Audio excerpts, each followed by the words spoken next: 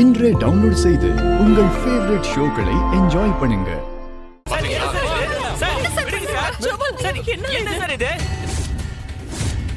Sir என்ன sir இது? அவரை வீட்டுக்காரரு எதுக்காக இப்ப அவர் அரெஸ்ட் பண்ணிருக்கீங்க?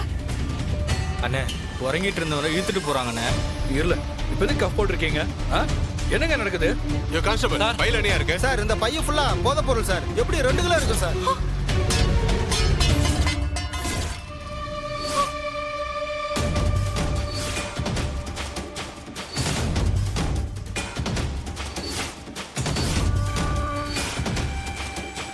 இந்த வீட்ல கஞ்சாவா? வாய்ப்பே இல்ல சார். என்ன சார் இது விளையாட்டு? உங்க முன்னாடி தானே ரைட் பண்ண, உங்க முன்னாடி தானே புடிச்சிருக்காங்க. போதை பொருள் அந்த பைய ரூம்ல தான் எடுத்திருக்கோம். இந்த பையனை அரெஸ்ட் பண்றோம், இழுத்துக்கிட்டு போறோம்.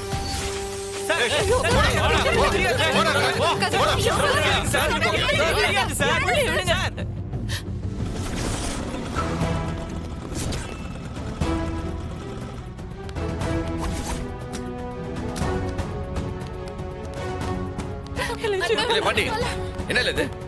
என்ன ஆச்சு? நார்காட்டிக்ஸ் விங்ல என்னால எதுவும் பேச முடியாது. அதான் என் ரூம்ல வந்து போதை பொருள் எடுத்தாங்க. அது எப்படி வந்ததுன்னே எனக்கு தெரியாது. நான் பாட்டுக்கு உறங்கிட்டு இருந்தேன். என்னை அடிச்சு இழுத்துட்டு வந்துட்டாங்க தான். இன்ஸ்பெக்டர் அவன் தான் சொல்லுதானே, அவனுக்கு தெரியாதுண்டி. எதுக்கு இருக்கீங்க? எவிடன்ஸ் சொல்ல தான் புடிச்சிருக்கேன். நீங்க எது பேசுறதா இருந்தாலும் கோர்ட்ல வந்து பேசிக்கங்க. இல்ல இவனுக்கு கார்ல இன்பாமரு. ஹலோ சார், இவன் ரூம்ல இருந்து நீங்க சப்ஸ்டன்ஸ் எடுத்திருந்தாலும் அதுக்கு ஆதாரம் இல்லாம நீங்க எப்படி அரெஸ்ட் பண்ணுவீங்க? ஆதாரம் தானே, அத நான் கோர்ட்ல ப்ரொடியூஸ் பண்ணிக்கிறேன். மத்த விஷயத்தை நீங்க கோர்ட்ல பாத்துக்கங்க. சார் இவன் என்னோட மகன் சார். இவன் படிச்ச பையன் சார். கவர்மெண்ட் வேலைக்கு இப்ப ப்ரிப்பேர் பண்ணிக்கிட்டு இருக்காங்க. இந்த மாதிரி வேலையெல்லாம் செய்ய மாட்டேன் சார் இவன். சார் எத்தனை தடவை சொல்றது, என்கிட்ட பேசி எந்த பிரயோஜனமும் இல்ல. எதா இருந்தாலும் நீங்க கோர்ட்ல தான் பேசணும். டேய் வாடா, போடா, முத்து பாண்டி, அவனுக்கு மட்டும் ஏதாவது ஆச்சு, நான் இங்கே தீ குளிச்சு செத்து போயிருவோம். பாத்துக்கோ. என்னமா பேசுத நீ? நாங்களாம் எதுக்கு இருக்கோம்? கவலைப்படாதம்மா. மாமா, சிவபாலன் மேல போலீஸ் கேஸ் இருந்தாலே தப்பாயிடும், வேலை கிடைக்காது. ஆமாண்டா, அப்புறம் கவர்மெண்ட் வேலைக்கு எதுவும் போக முடியாது. நீ என்ன பண்ணுவியோ தெரியாது. சிவபாலனை வெளியில கொண்டு வந்துடணும். இல்ல இது என்ன ஏன் ஸ்டேஷனா? இது வேற ஸ்டேஷன் இல்ல. அதுவும் இல்லாம இது வேற டிபார்ட்மெண்ட். இல்ல நீங்கெல்லாம் போலீஸ் தானே, பங்கா பிரிச்சு கொடுத்திருக்காங்க. போல போய் புள்ளைய கூட்டிட்டு வாங்க. சும்மா ஸ்டேஷன் வாசல்ல வந்து புலம்பிட்டு இருக்காத. பாரு, இது யார் செஞ்சிருப்பா, எதுக்கு செஞ்சிருப்பான்னு எனக்கு ஒரு குத்துமதிப்பா ஒரு தோணல் இருக்கு. நீ வேணா பாத்துட்டே இரு. 24 மணி நேரத்துக்குள்ள உன் மௌன வெளில கூட்டு வரது என் பொறுப்பு. நீ ஒன்னும் வருத்தப்படாம இரு, நான் பாத்துக்கிட்டேன். ஸ்டேஷன் வாசல் வந்து புலம்பிட்டு இருக்கேன். இளிச்சம்மோ, உன் மேல எனக்கு நம்பிக்கை இருக்குல்ல. நீ சொன்னா அதை கண்டிப்பா செய்வ. நம்பிக்கை இருக்குல்ல, அமைதியா இரு. மா, நீ முதல்ல பேசாம இருமா. உள்ள போய் என்ன ஏது விசாரிப்போம். இளைச்சம்மோ வால. வா. ஆமா வா. வாசல் நின்னு புலம்புனா விட்டுருவாங்க. டீடைல் எல்லாம் கரெக்டா இருக்கணும். Okay sir. எதையும் மிஸ் பண்ணிடாத. ஓகே சார், பண்ணிடுறேன். முக்கியமான கேஸ் இது. Okay sir. என்ன சார்? நான் செந்தூர் ஸ்டேஷன் இன்ஸ்பெக்டர் முத்துப்பாண்டி. இவங்க வீரபாண்டி பட்டணம் ஸ்டேஷன்ல எஸ்ஐயா இருக்கா. இவர் திருச்செந்தூர் பஞ்சாயத்து பிரசிடென்ட். அவங்க இவரோட ஒய்ஃப் பரணி, என் தங்கச்சி டாக்டர். நீங்க அரெஸ்ட் பண்ணி வச்சிருக்கீங்களே சிவபாலன், அவன் என்னோட தம்பி, இவங்களோட ஹஸ்பண்ட். தர்வால், நான் ஒண்ணு கேட்கலாமா? சிவபாலன் ரூம்ல வேற யாராச்சும் வந்து கூட அந்த போதை பொருள் வச்சிருக்கலாம்ல?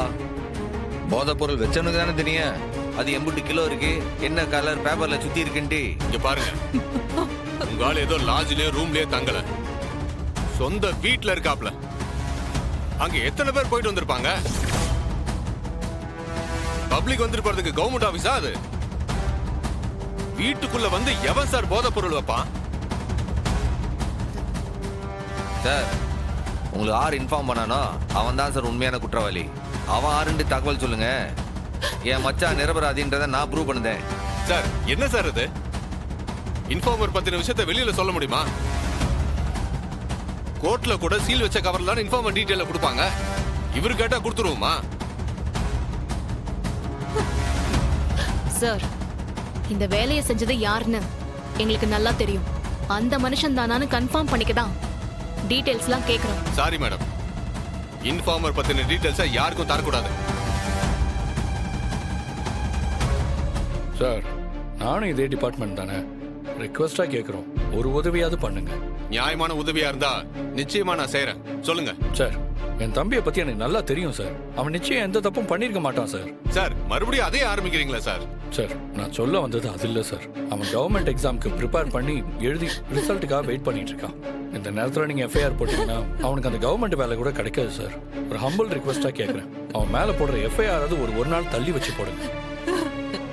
சார், அது எப்படி சார் முடியும்? எஃப்ஐஆர் டிலே பண்ணா கோர்ட்ல 1000 சிக்கல் வரும், உங்களுக்கே தெரியும்ல.